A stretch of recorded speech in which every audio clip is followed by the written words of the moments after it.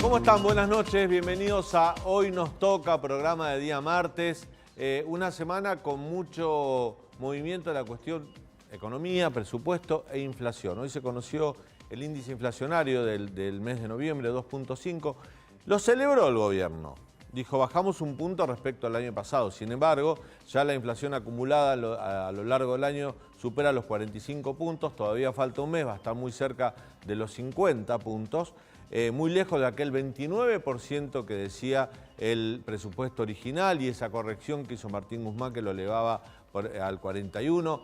Sigue estando por encima de todas las expectativas que hace el gobierno, pero con una trampa, ¿no? Con algo que hay que tener en cuenta. Hay una bomba de tiempo, hay algo latente, que son las tarifas de servicios públicos, que están prácticamente congeladas y que se entiende que en algún momento, como parte del acuerdo, posible acuerdo con el Fondo Monetario Internacional, habrá que modificarlas, habrá que liberarlas, quizás para no todos los sectores, quizás de manera segmentada, pero eso va a generar un impacto en el índice inflacionario muy pero muy fuerte, sobre todo el año que viene, donde el ministro Guzmán en la Comisión de Presupuesto, en la cual participó ayer en la Cámara de Diputados, dijo que la inflación va a ser del 33%, a alguien que nadie le creyó ese número, es más, se tomó hasta con humor ese pronóstico. Hoy lo escuchaba al economista Carlos Melconian, que decía que el presupuesto que presentó Martín Guzmán ayer en el Congreso es una monografía de un alumno de colegio secundario. Se dijo que es un dibujo total. Por eso digo, estamos ante un posible acuerdo o necesario acuerdo con el Fondo Monetario Internacional, puede ser. Para eso se necesitan reglas de juegos claras, se necesita una hoja de ruta clara. La mejor hoja de ruta que puede tener un país para hablar de su economía es el presupuesto. Nadie creyó, por lo menos en la oposición y desde muchos sectores de la economía, analistas económicos, nadie creyó en los números que presentó Martín Guzmán ayer y mucho menos en los pronósticos. De eso vamos a hablar con Andrés Borenstein en un rato, un economista muy pero muy prestigioso que escribió una nota esta semana en la revista Seúl que decía acuerdo dunga dunga, ¿no? Porque básicamente hay que el acuerdo con el Fondo Monetario Internacional, si hay, no puede ser sin ajuste, ¿no? Y en eso tiene que ver un poco lo que le señalaba recién, el tema de las tarifas públicas. También vamos a hablar con uno de los diputados que participó, diputado Cassese de la Unión Cívica Radical, que es miembro de la Comisión de Presupuesto, Caccase, perdón, que es miembro de la Comisión de Presupuesto de la Cámara Baja, que estuvo en la reunión ayer, y además vamos a hablar con él un poquito de política, ¿no? ¿Qué pasa en el bloque radical? ¿Qué pasa en el bloque radical con esta decisión de los 12 diputados? ¿Puede haber acuerdo? Hoy me dijeron que hay intermediarios que están intentando acercar las partes para que estos 12 diputados que se fueron del bloque que preside Mario Negri y armaron un bloque propio con la presidencia del diputado cordobés Rodrigo de Loredo, vuelvan a unirse bajo el ala del mismo bloque radical. Ahora, ¿eso significa que Mario Negri va a seguir siendo el presidente del bloque? ¿Va a seguir siendo Mario Negri? ¿O quizás hay un acuerdo para que una tercera persona asuma la presidencia del bloque, que conforme a ambos sectores y el bloque radical se vuelva a unir? Bueno, de esas cosas vamos a hablar también con el diputado Caccase. Y además, Antonella tiene un informe sobre el tema de la pandemia. Hoy se conoció el índice de contagios, la cantidad de contagios más alta de los últimos 100 días. Más de 4.500 contagios, pocos muertos por suerte, bueno, pocos muertos. 21 muertos son muchos, un muerto es mucho a esta altura del partido, pero comparado con otros momentos, te está mostrando una nueva etapa de la pandemia. Posiblemente los casos sigan creciendo y sigan escalando. Pero hoy me decía, en la radio, hablé con el doctor Batistela, que es el segundo del doctor Quirós, en el Ministerio de Salud porteño, y hablé con el doctor Adolfo Rubinstein, que fue ministro de Salud de la Nación y además es médico epidemiólogo, que la cantidad de los casos ahora, en esta etapa de la pandemia, con vacunas, ya no es la misma de antes. Es decir, 5.000 casos de hoy no son los mismos 5.000 casos del año 2020. ¿Por qué? Porque esos casos, si bien son contagios, al estar vacunados, gran parte de la población, significa que el virus puede contagiarte, pero no puede agravarte la situación. Son muy pocos los casos que necesitan atención hospitalaria, asistencia respiratoria, y bajó considerablemente en los últimos 6 meses la tasa de letalidad. Eso está pasando en la Argentina. Es decir, ¿Que se viene una crecida, que se viene una ola de contagio? Probablemente sí. Antes la cantidad de contagios era el tópico por el cual nosotros tendríamos que, nosotros por ese tópico de cantidad de casos diarios teníamos, o el gobierno tenía que ir tomando medidas. Bueno, no va a ser así, o no debería ser así. Porque ahora 5.000, 6.000, 7.000 casos no tienen las consecuencias que tenían antes. Por lo tanto, hay que empezar a convivir con esos casos que por suerte tienen algún tipo de sintomatología más leve, son menos graves, necesitan menos atención hospitalaria y por lo tanto hay que seguir vacunando, hay que seguir conviviendo, por supuesto con todos los cuidados, hay que tratar de cuidarse y cumplir con los protocolos lo que más se pueda, pero no es la misma situación de antes, no nos asustemos. Hoy en día, 5.000 casos en diciembre del 2021, con el 80% de la población con al menos una dosis y un 70% con el esquema completo de vacunación, significa que no son los mismos 5.000 casos del año pasado.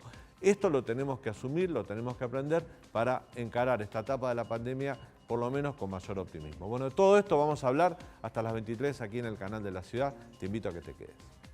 Un plan que nos diga cómo vamos a crecer en la Argentina, cómo vamos a hacer de la Argentina un país más federal. Todos los días pienso si la ciudad capital de la Argentina no tendría que estar en un lugar distinto a Buenos Aires. El Estado todavía tiene un margen para seguir avanzando en el incentivo y en la persuasión para que los argentinos se vayan a vacunar. Homogeneizar esta exigencia en materia de aforo, pasando de 10.000 a 1.000 personas. Omicron is spreading at a rate we have not seen with any previous variant.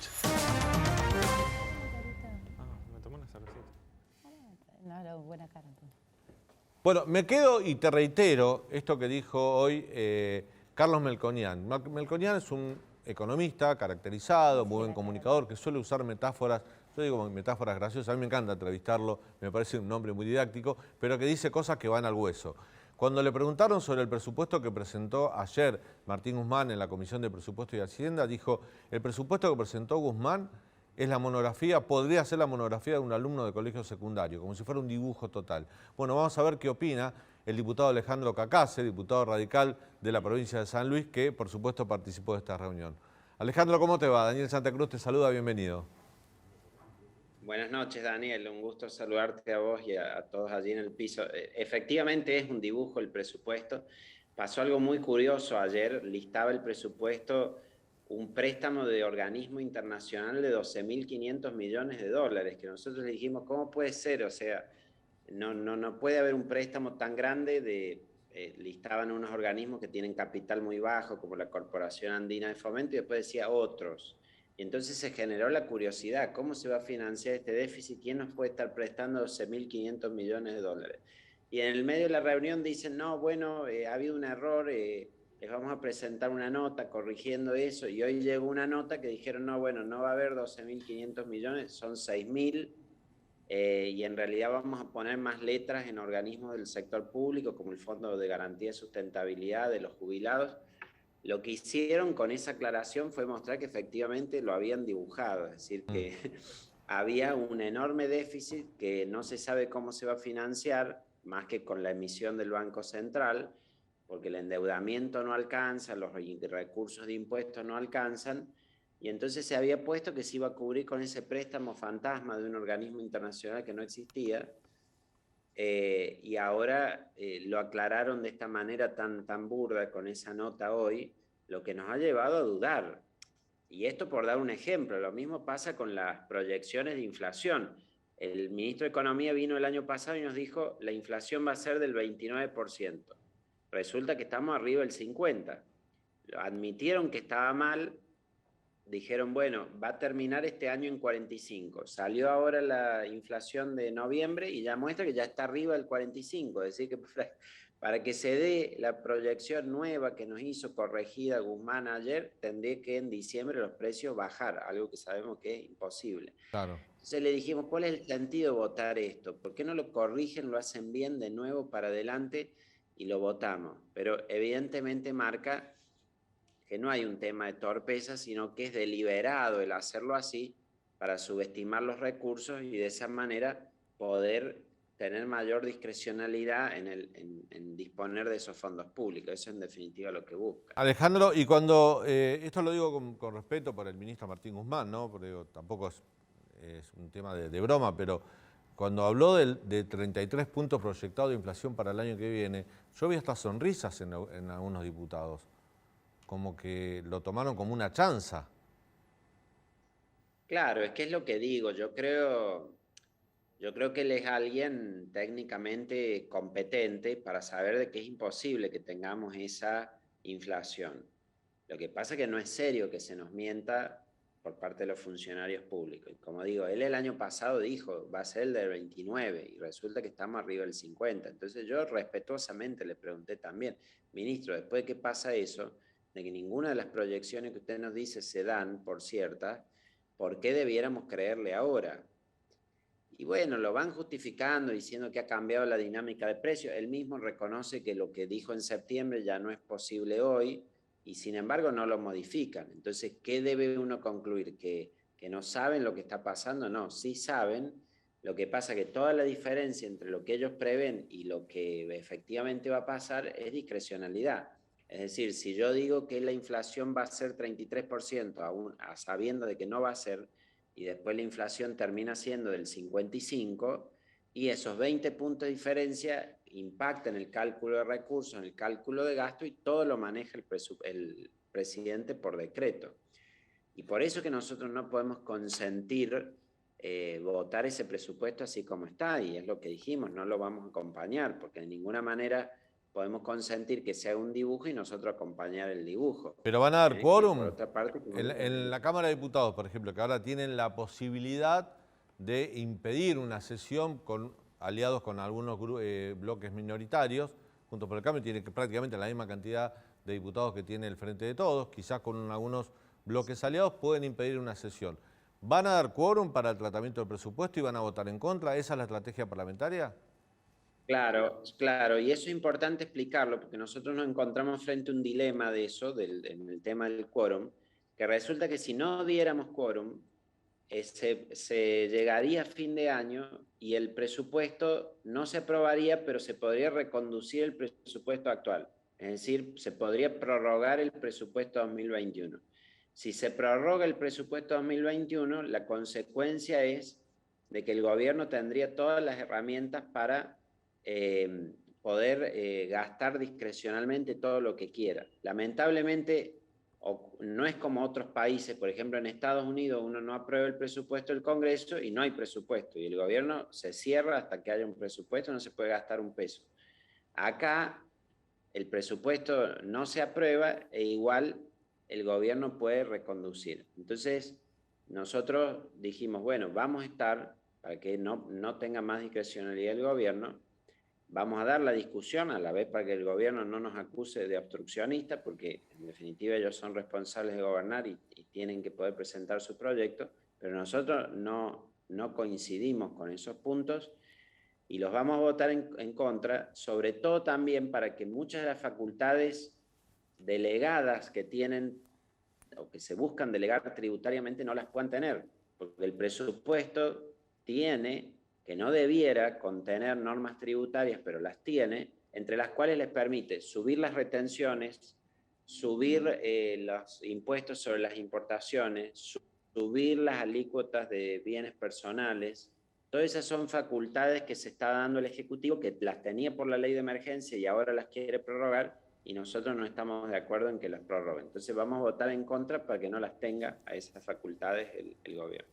Diputado, están tratando en la Cámara de Diputados un presupuesto que estipula, según lo que presentó Guzmán, que el déficit fiscal va a ser del 3,3% el año que viene. Mientras tanto, el gobierno negocia con el FMI por el tema de la deuda. ¿Qué pasa si el FMI dice, no, ese presupuesto que ustedes votaron de 3,3% el déficit fiscal, llévamelo a menos de 3 el déficit? ¿Puede ser que en 2 meses el presupuesto sea letra muerta, en cierto sentido? Sí, yo creo que lo primero que hay que analizar es por qué el apuro del gobierno ahora con el presupuesto, que lo presentó hace 3 meses, nunca lo quiso tratar. Nosotros insistimos todo el tiempo para que vinieran los funcionarios a la comisión, no lo hicieron durante todas las elecciones y ahora de repente quieren de un lunes para un jueves aprobarlo. Eso tiene que ver con presentarle al Fondo Monetario Internacional, decir, miren, hay consenso del arco político en Argentina respecto del presupuesto, estos son los lineamientos, esto es lo que ha establecido el Congreso.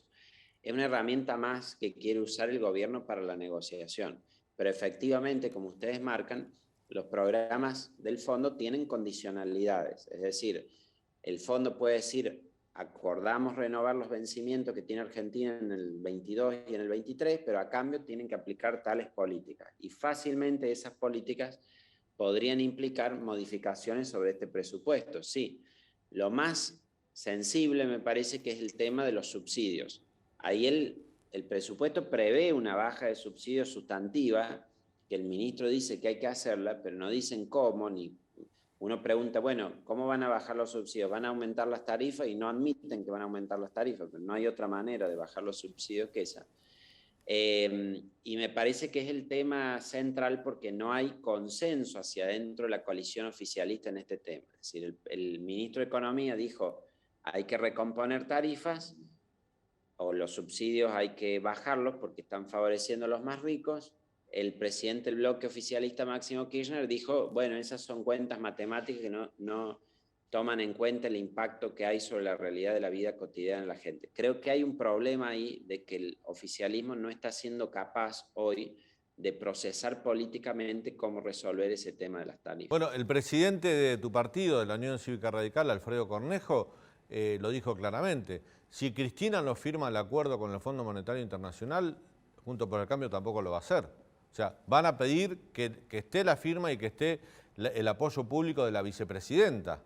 Por esto que estás señalando vos. Claro, lo que dice Cornejo es elemental, porque es casi absurdo que el gobierno nos venga a pedir ayuda a nosotros para aprobar el acuerdo con el Fondo Monetario si el propio oficialismo no se pone de acuerdo en aprobarlo. Claro. Y es un mecanismo políticamente muy perverso que tienen, es decir, pedir que la oposición acompañe por una cuestión de responsabilidad patriótica y después ellos mismos hacen su propia oposición, diciendo, no, bueno, el gobierno no es realmente peronista y porque el peronismo defiende a los trabajadores y entonces en función de eso la vicepresidenta no acompaña lo que el presidente hace o manda las cartas criticando lo que el presidente decide.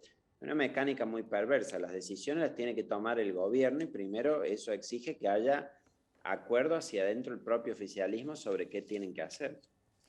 Cacase, respecto a la problemática de género, una de las primeras en hablar sobre esto es la diputada Miriam Bregman del Frente de Todos, quien señaló que en el presupuesto vigente se ejecutó nada más el 71% de lo previsto. Sin embargo, para este nuevo presupuesto tiene previsto un 39% menos. Entonces le preguntamos por qué cree que se recorta esta problemática, el presupuesto respecto a esta problemática en un contexto en donde cada 30 horas muere una mujer por violencia de género. Sí, este es un tema muy lamentable que creo que ocurre en nuestro país. Ocurre respecto de las políticas de género, pero también ocurre respecto de muchas otras. Hoy lo discutíamos, por ejemplo, con los funcionarios de salud respecto al tema salud mental. Es decir, a veces adoptamos políticas como políticas de Estado y se discuten en el Congreso y sancionamos leyes y decimos vamos a invertir en esto para resolver esta problemática, determinada cantidad de dinero en el presupuesto y después en la práctica no se cumple. Pero pasa con muchas cosas, pasa con el género, como bien marcaste, pasa con la ley de bosques, que decimos vamos a invertir en eso y después no tiene el presupuesto que debe tener, pasa en este tema que marcaba de la salud mental. Me parece que necesitamos como argentinos empezar a tener una seriedad política que decimos, si esta es una política de Estado y resolver los temas de igualdad de género, resolver los temas de violencia de género es una prioridad, entonces tenemos que asignar todos los recursos que nos comprometemos a asignar, cueste lo que cueste. Hasta que no tengamos esa decisión política, las leyes quedan como lindas consignas que votamos un día en el Congreso, pero que después no las llevamos a la práctica, y eso no puede ser como un Estado funciona. Alejandro, te saco del tema presupuestario y te llevo al tema político, ¿no? Perteneces al bloque de la Unión Cívica Radical. La semana pasada fue noticia por esta separación de estos 12 diputados que tienen un propio bloque ahora, presidido por el diputado Rodrigo de Loredo. ¿Cómo lo viviste vos? Y te pido, yo tengo una información que hay como emisarios o intermediarios que están intentando recomponer eso. Si hay algo de eso, no sé, vos sos integrante de ese bloque y sabrás. Sí, yo soy uno de esos 12 diputados. La verdad que me considero también una figura de diálogo siempre hacia adentro del radicalismo. Creo que ahora el viernes vamos a tener una instancia muy importante, que es la de la elección de las autoridades del Comité Nacional, que es el órgano que preside nuestro partido. Me parece que sería bueno dar una muestra de unidad allí. Y después el recomponer la situación de los bloques, me parece que tiene que ver más que con sus autoridades, con definir los protagonismos, definir las vocerías, las representaciones. Un poco nuestro planteo político siempre fue el alinear la representación política con lo que la ciudadanía eligió en las urnas, con lo que eligió a través de las PASO. Y es muy importante, más allá de si tenemos 1, 2 o cuántos bloques, porque de hecho Juntos por el Cambio ahora tiene 10 bloques dentro del interbloque, lo más importante para mí es la unidad en la acción. Es decir, la ciudadanía nos ha votado para hacer oposición al gobierno y a la vez para construir una alternativa de gobierno para el 23 en la nación y las provincias. Entonces, por sobre cuántos bloques seamos, lo que importa es que votemos juntos o que votemos haciendo oposición, que es lo que la ciudadanía nos eligió. Entonces, estos proyectos, como ahora, por ejemplo, el presupuesto que se va a tratar el jueves u otros para adelante, tienen que ser test ahí de la unidad de Juntos por el Cambio en la acción, más que en la estructura. Y ahí es donde creo que está la prueba para todos. Pero ¿no te parece que si van a votar juntos, si no hay acuerdo en ser oposición, si hay acuerdo en buscar, por supuesto, el poder en el 2023, digo, si hay acuerdo político para todo eso, ¿para qué separar el bloque? Digamos, uno se pregunta de afuera. Bueno, es que yo quiero ver que votemos juntos. Yo quiero ver que votemos juntos, porque antes estábamos en un mismo bloque y sin embargo votábamos separados. ¿Y a quién te referís que votaba separado? Por ejemplo, los diputados de Gerardo Morales que daban quórum a iniciativas del gobierno. Claro, sí. Por ejemplo, nosotros habíamos resuelto como bloque votar en contra del impuesto a la riqueza y los diputados de Jujuy fueron a votar a favor.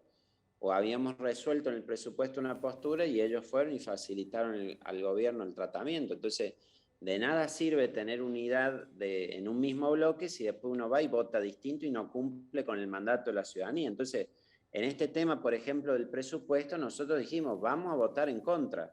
Bueno, ojalá que eso sea la postura de todos, porque me parece que es para lo que nos eligió la ciudadanía, para expresar la oposición al gobierno en ese tema. Si todos cumplimos con ese mandato, me parece que bueno, va a ayudar a poder recomponer, desde luego, pero quiero verlo en la práctica, que eso ocurra en la votación. Una rediscusión de las autoridades del bloque, digamos, se me ocurre a mí, porque es una versión que circulaba hoy, dan un paso al costado Negri de Loredo y se elige una tercera figura que es más representativa y que conforma a todos los sectores.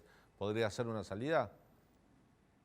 No me quiero aventurar en soluciones concretas, pero sí creo que es importante, como te decía, lo del viernes, del Comité Nacional, sí, de que haya una conducción unificada ahí. Me parece que ese sería un muy buen primer mensaje para después conversar y ver cómo empezar a coordinar lo parlamentario, porque si se desunió, se separó, es porque hubo razones profundas en cuanto a los liderazgos, las votaciones, el perfil que se quería expresar. Entonces, todo eso se tiene que conversar más allá de las personas, las autoridades, los cargos de representación en particular.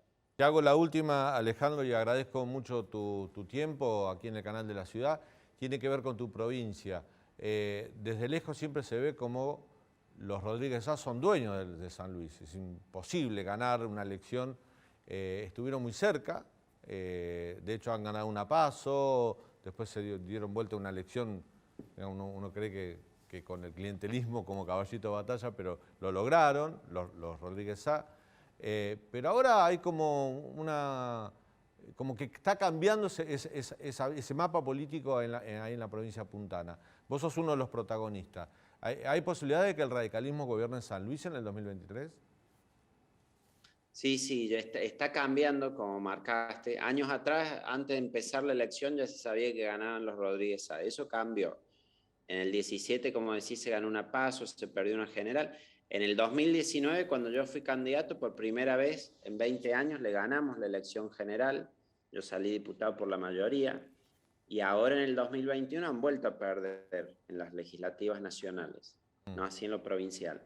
Pero creo que esto abre una enorme expectativa para que en el 2023 se pueda disputar el poder en la provincia. Es decir, el hecho de que hayamos ganado en 2019 ya generó muchísima expectativa, eso se consolida ahora y muestra que hay un escenario abierto para el 2023, donde nadie lo tiene asegurado, ni la oposición ni el oficialismo.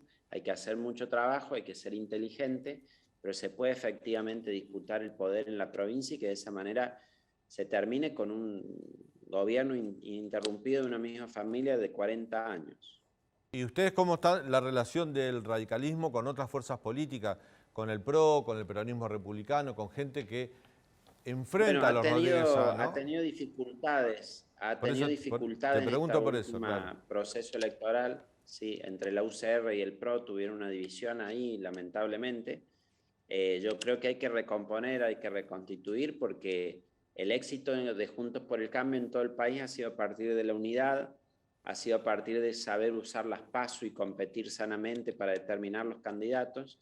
Entonces creo que tenemos que hacer un esfuerzo entre los partidos que somos parte de Juntos por el Cambio para que esa expresión se dé correctamente en San Luis como en el resto del país, y eso nos va a permitir, creo, disputar el poder mano a mano con el PJ y posiblemente lograr este cambio que tanto ansiamos en la provincia. El viernes en el Comité Nacional, ¿qué se espera? ¿Una pelea de voto a voto? ¿Una lista de unidad? ¿Cómo lo ves? Y hay dos sectores que están en pugna y concentran un buen número de los delegados, ¿no? Sí. Como sabemos, uno lo encabeza Gerardo Morales, sí, y el otro es el nuestro de Evolución, que se referencia en Martín Lustó como figura para esa disputa. Pero yo creo que si conversamos, nos sentamos, podemos llegar a una solución de unidad que estén todos integrados, y puede que ese sea el mejor mensaje que dé el radicalismo después de estas semanas de tensión que ha tenido. Ojalá que lo podamos lograr. Creo que tiene que haber mucha responsabilidad de parte de todos para lograr que ese diálogo sea fructífero. El mensaje es que si pueden acordar entre los sectores que encabeza Martín Lustó y Gerardo Morales una lista de unidad para el Comité Nacional de Radicalismo, eso puede derramar para un posible acuerdo también en el bloque de diputados de todos los radicales. Bueno, paso a paso, pero creo que lograr eso en el partido sería una primera instancia muy positiva. Te agradezco mucho, Alejandro, este contacto que tuviste con el canal de la ciudad. Alejandro Cacase, diputado por San Luis, tuvo la amabilidad de charlar unos minutos con nosotros, tema presupuesto, tema radicalismo, que estuvo, digamos, en el ojo de la tormenta estos últimos días. Vamos a ir a una breve tanda y a la vuelta seguimos hablando de economía, inflación, bolsillo, dólar, ¿qué Argentina se viene, ¿no? ¿Qué tarifas se vienen? Qué difícil va a estar Argentina el año que viene. Con Andrés Borenstein. Ya volvemos.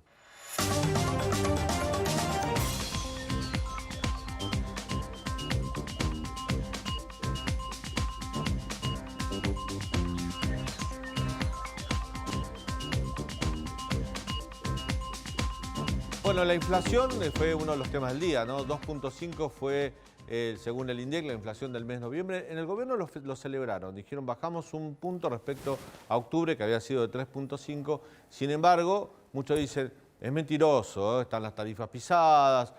Bueno, hay un montón de cuestiones que muestran que no es un número real. Y sobre todo, se dio a conocer un día después que el ministro Martín Guzmán anunció en la Cámara de Diputados que la inflación del año que viene va a ser del 33%, que está muy lejos de lo que muchas consultoras señalan como una proyección que podría superar como este año o alcanzar los 50 puntos.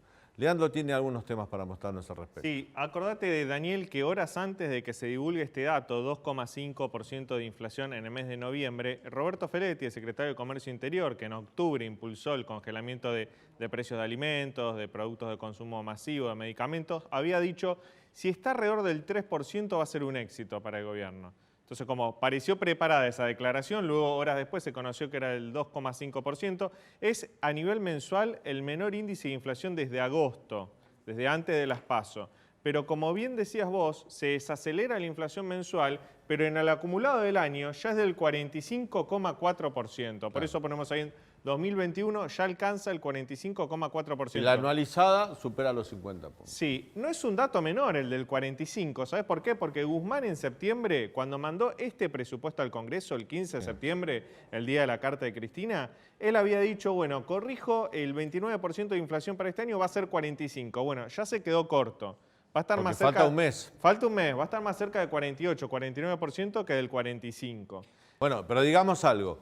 Habían empezado el 2021 anunciando 29 de inflación. Sí. En septiembre lo corrigieron que iba a 45. 45. Sí. Bueno, ya estamos a 45 y falta un mes. O sea, tampoco... Se van a volver a quedar cortos. Ni siquiera 3 meses de cerrar el año la acertó. Así es, así es. Y bueno, y cuando vas a ver la composición de los rubros en los cuales más aumentó, Sí. tenés un par de datos interesantes. ¿Por qué? Bueno, hoteles y restaurantes, en noviembre aumentó un 5% la inflación. Recordemos que es un sector que venía muy golpeado en 2020 por la pandemia, que prácticamente no trabajó en 2020 y que está recomponiendo salarios. Pero vestimenta y calzado, los textiles, vuelve a ser el tercer mes seguido que es uno de los rubros que más aumenta, 4,1%. Si vos tomás el acumulado de septiembre, octubre y noviembre, en esos 3 meses aumentó un 15% los textiles. Acá no hay control de precios, ¿eh? Ahí no hay control de precios, no hay cepo, no hay nada.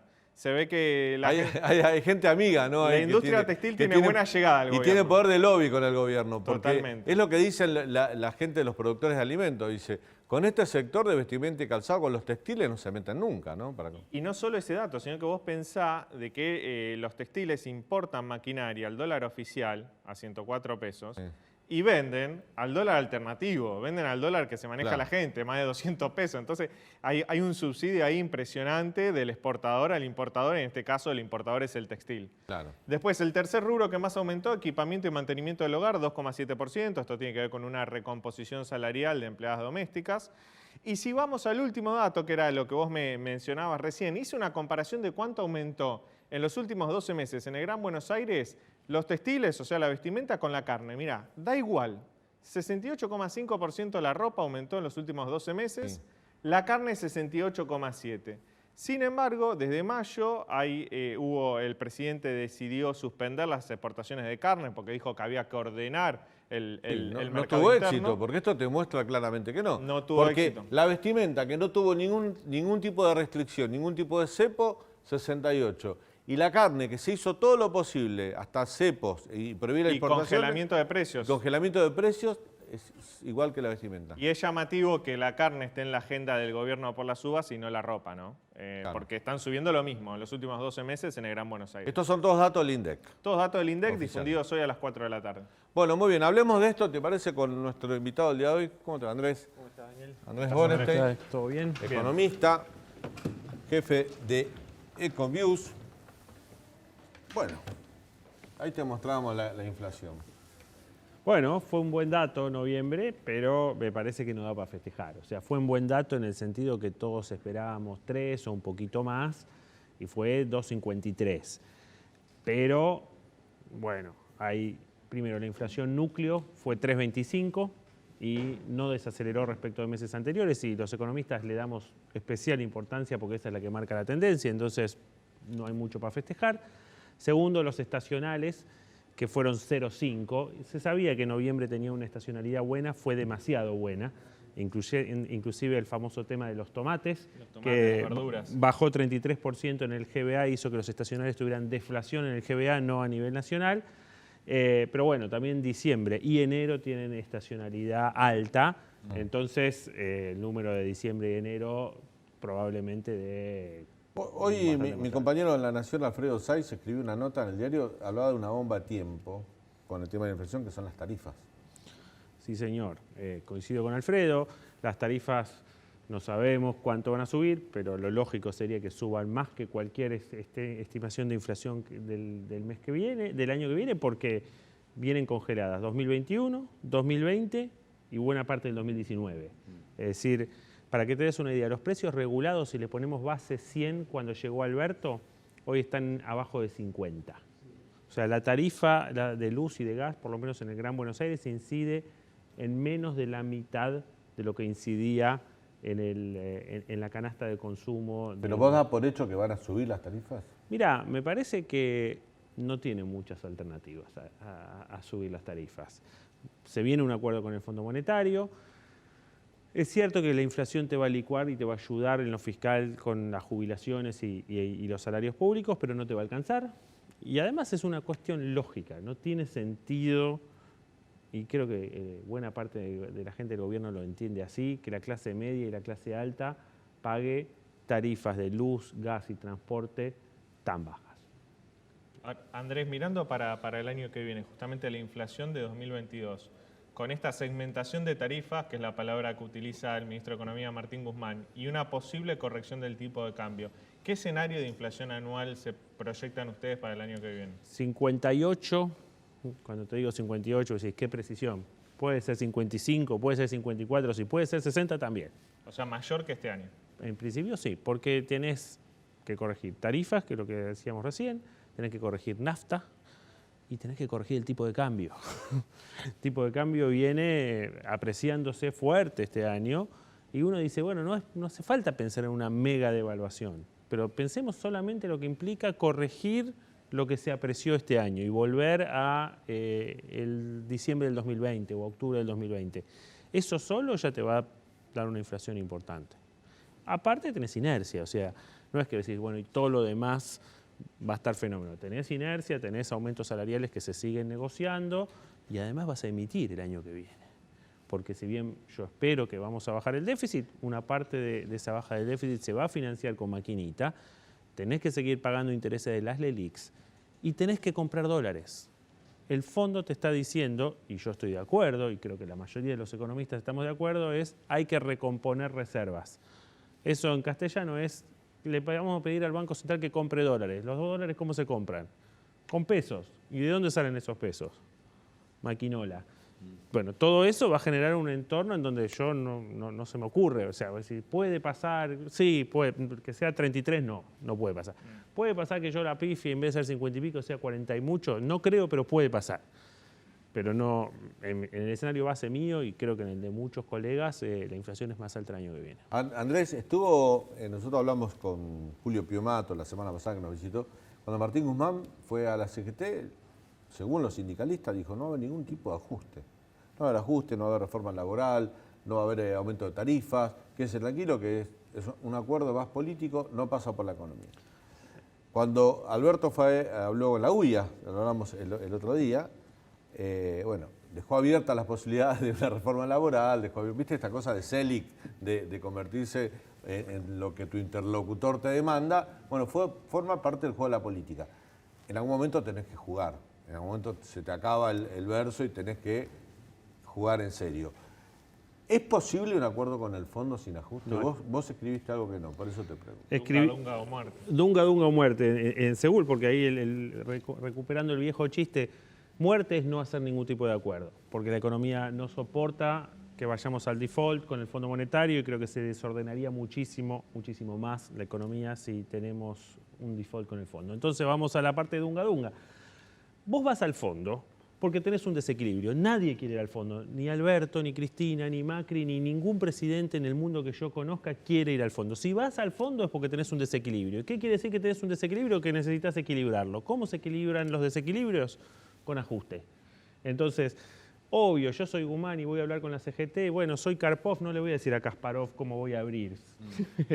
Cada uno hace su juego, esto es póker. Entonces, vos no decís las cartas que tenés, pero ahora, si queremos hablar en serio, más allá de las estrategias, vos vas a tener que bajar el déficit. Bajar el déficit casi siempre es ajuste. A menos que vos me digas, mira, voy a crecer 8% y el crecimiento me lo resuelve solo, que eso es lo que dicen. No vamos a crecer 8%, entonces vamos a tener que hacer algún ajuste para bajar el déficit, que particularmente a mí no me preocupa tanto, no creo que sea un gran ajuste, pero sí vas a tener que devaluar.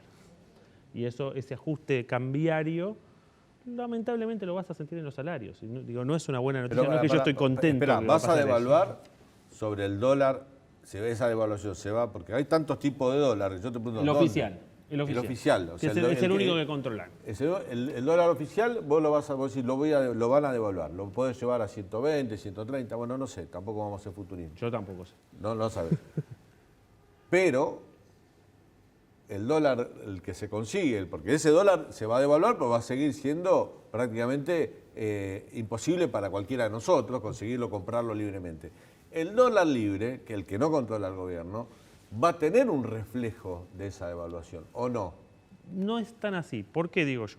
Si vos devaluás el oficial, y de nuevo, sabiendo que es una medida ingrata, pero como no tenés reservas, no tenés otra, uno esperaría que fluyan más dólares a la Argentina, por más exportaciones, por menos importaciones, simplemente con que se acabe el tongo, con eso ya la cosa mejora.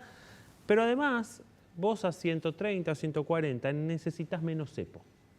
Y si necesitas menos cepo, tenés menos demanda por los dólares alternativos. Entonces vos decís, ¿va a bajar el blue? No creo que baje, pero si uno sube 30, 40% y el otro sube 5, 10, la brecha se te achica. Estas semanas bajó un poco, llegó hasta 207, hoy estuvo en 195, 196. Decían que porque muchas pymes están cambiando dólares para pagar aguinaldo, que es típico del año, pero que en enero se va a recomponer.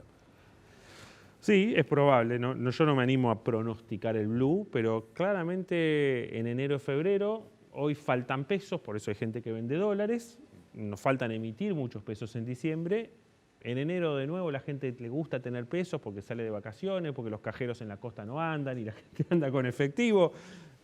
Segunda quincena de enero, primera quincena de febrero empiezan a sobrar pesos. Eso es, si te acordás, del 6 de febrero de 1989 cuando se murió el Plan Primavera en general, o el 23 de enero del 2014 cuando Axel y Fábrega devaluaron.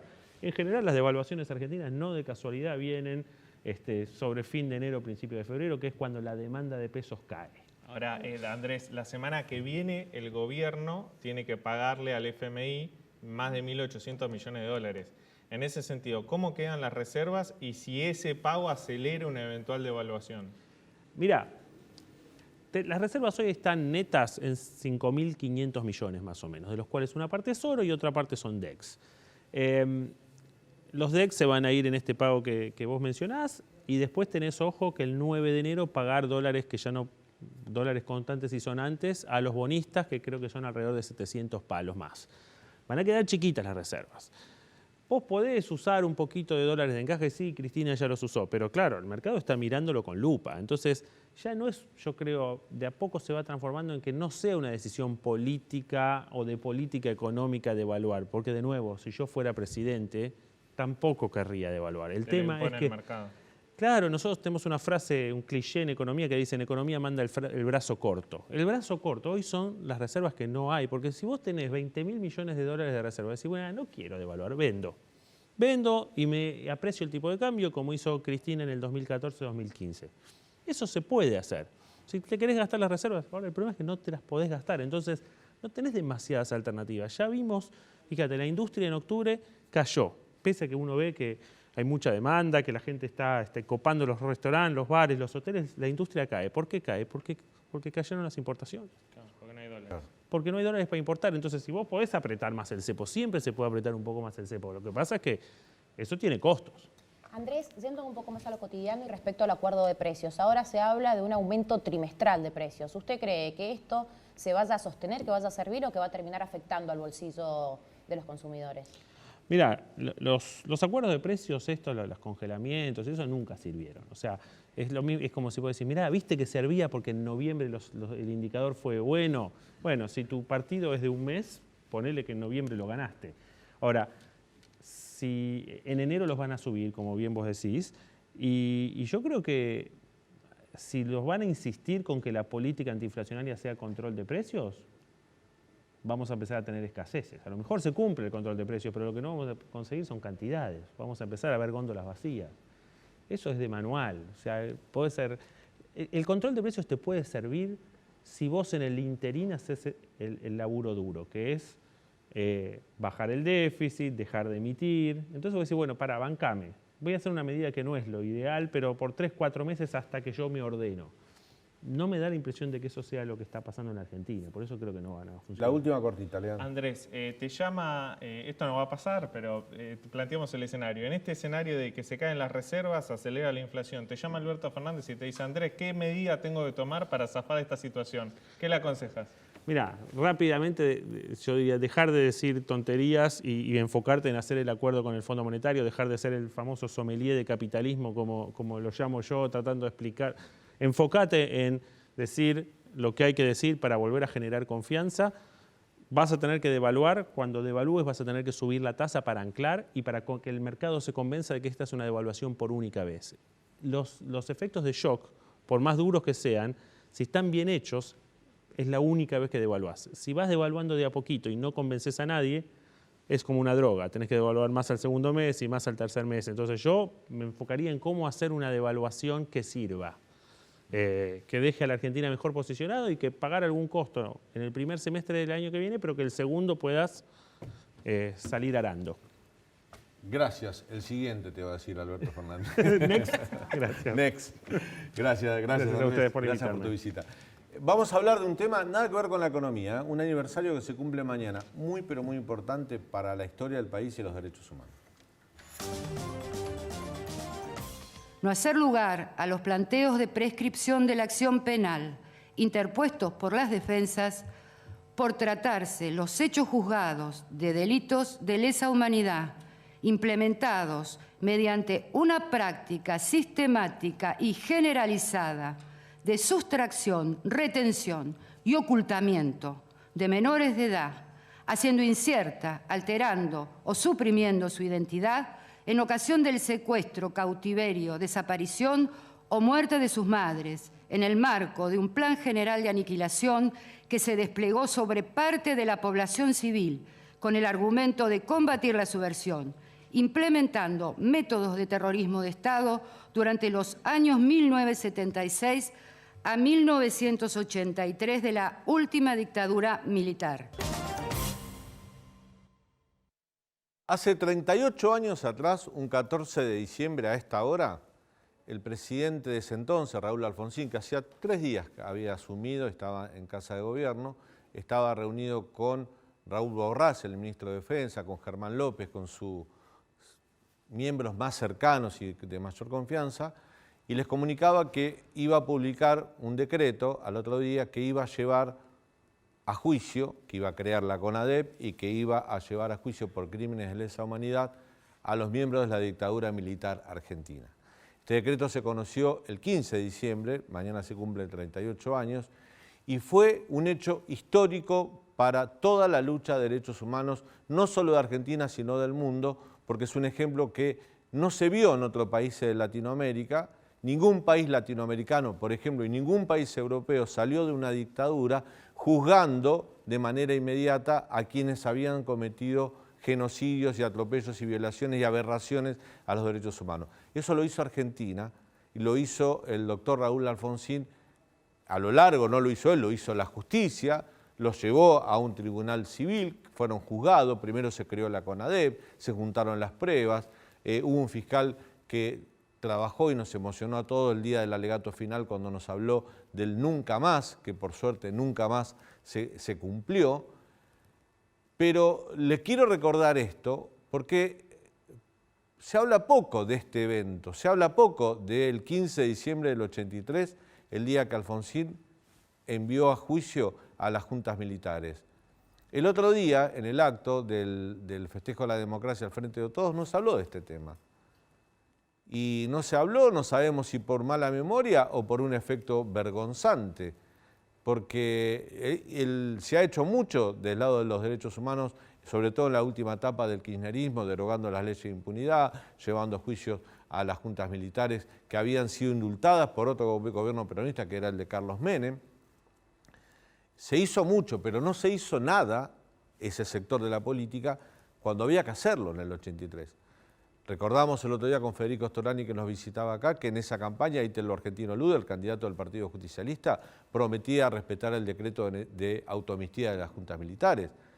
El peronismo no quiso conformar la CONADEP, la conformaron artistas, periodistas, intelectuales, miembros de la política, actores sociales. No la quiso conformar el principal partido de oposición. La CONADEP cumplió un rol importantísimo para reunir las pruebas que sirvieron para condenar a las juntas militares. Cuando se cuenta la historia de los derechos humanos, muchas veces se empieza a contar desde un punto intermedio, y olvidándonos de los más importantes. En el año 2003, en un acto en la ESMA, el entonces presidente Néstor Kirchner les habló a todos los presidentes y dijo: vengo a pedir perdón por 20 años de silencio del Estado argentino. Grave error y gran mentira del entonces presidente Néstor Kirchner. El Estado argentino nunca había hecho silencio, porque desde el 15 de diciembre de 1983, que mañana se cumplen 38 años, hubo un gobierno y hubo un presidente que llevó a las juntas militares a un juicio histórico y que por primera vez trajo verdad y justicia en la Argentina después de la noche más trágica que vivimos. Ya volvemos.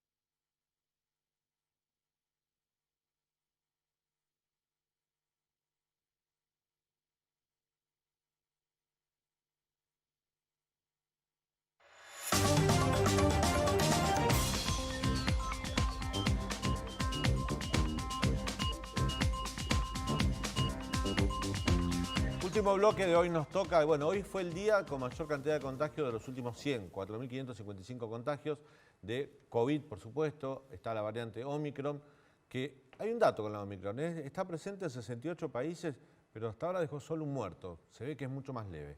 Es mucho más leve, por eso se está evaluando su contagiosidad y también su nivel de hospitalización, porque en la otra parte del mundo, por lo menos en el Reino Unido, y lo que sucedió en Europa siempre en esta parte, en Argentina, en Sudamérica, siempre se replicó, por eso no estamos exentos. ¿Y qué es lo que está sucediendo? Mientras acá en Argentina ya están aumentando los casos alrededor de un 30% a nivel país y en un 40% en la ciudad de Buenos Aires, en Reino Unido están alertados porque se produjo el mayor pico de contagios desde enero. Estamos hablando de 58.000 nuevos casos de COVID y que se están duplicando cada 2 días. Esto significa y están estipulando que para las fiestas se podría llegar al 1.000.000 de contagios. Esto alarma a todas las autoridades, por lo que están realizando testeos masivos, pero ante esta nueva investigación, esta nueva alarma y también con la investigación de la nueva variante Omicron y también de la Delta, de que parecería ser, ojalá, de que no requeriría hospitalizaciones, porque esto es lo que temen principalmente, que el sistema de salud colapse. Y hablamos hoy cuando comenzaba el programa, Antonella, y lo hablamos con vos fuera de cámara, que los médicos, los especialistas te dicen, si bien que hay que tener cuidado y que hay que seguir los protocolos, 5.000 contagios de hoy no son los 5.000 contagios de hace un año, porque ahora estamos vacunados y las consecuencias de los contagios son mucho más leves. De hecho, no hay ocupación excesiva en unidades de terapia intensiva, no hay casos graves. Bajó hace 6 meses que baja considerablemente la tasa de letalidad. Por esto también es lo que tienen que tener en cuenta, me imagino que lo están teniendo en cuenta por parte de Europa, que ellos tienen el mismo sistema de vacunación que nosotros. Sí. Lo que sí hay que alertar y que hay que estar atentos es que estos casos van a seguir en aumento y en los últimos días en la ciudad de Buenos Aires, por ejemplo, hubo más de 14.000 testeos. La gente está yendo a testearse y esto también es importante porque ante los contagios, para no caer, porque tenemos que tener en cuenta, por más de que se diga en los medios y según las nuevas investigaciones de que no es una variante que llega a hospitalizarse, cada persona es particular y cada cuerpo también es particular. Por eso, ante un nuevo síntoma, muchos, viste, ahora estamos en verano, se deja de sentir la sensación de pandemia. Sobre todo los más jóvenes que se relajan, lo atraviesan como una gripe y seguramente lo van a atravesar con absoluta normalidad. El problema es que si no se aíslan puede contagiar a alguien que sí puede está tener en una riesgo. comorbilidad y así entrar en Exacto, riesgo. por eso está bueno siempre recordar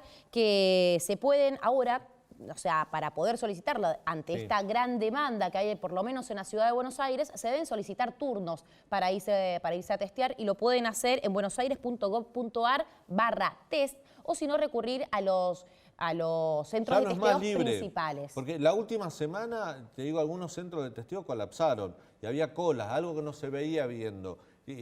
O por lo menos las últimas semanas era libre. Ahora hay que volver a sacar turno. Hay que volver a sacar turno y los centros de testeo de los principales, que si bien siguen estando en algunas plazas o de los principales barrios, están en la rural, en la parte vehicular, en la rural, en la parte peatonal, en Parque Los Andes, Parque Chacabuco y Villa Devoto. Bueno, mañana, si tenemos tiempo con Anto, vamos a seguir este tema. Lo que queremos no preocuparte. Es cierto, antes subían los casos y todos sabíamos que eso tenía consecuencias. Mayores muertes y mayor ocupación de cama de terapia intensiva y más graves los casos que venían. O sea, a mayor riesgo, claro, mayor riesgo para la gente que se hospitalizaba, etcétera. Aparentemente no está pasando eso ahora gracias a la gran vacunación que tenemos. Al estar vacunados, crecen los casos, pero son mucho más leves. Habrá que convivir con esta nueva etapa. Vamos a ver si hablamos con algún especialista y esto ya lo Y también frente a esta porque, situación, seguir alentando la vacunación. Por supuesto, la vacunación y aprender a atravesar, no es la misma etapa esta que la del año pasado. Hoy me lo decía el doctor Batistela, el número 2 de salud del gobierno de la Ciudad de Buenos Aires en la radio. Una cosa es la pandemia sin vacunas y otra con vacunas. Y esta es con vacunas, por lo tanto se supone que es mucho más leve. Gracias, chicos. Gracias a vos. Gracias por ustedes y a todos ustedes por haber estado ahí. Y mañana a 22 horas nos reencontramos nuevamente con Hoy Nos Toca aquí en el canal de la ciudad. Chao.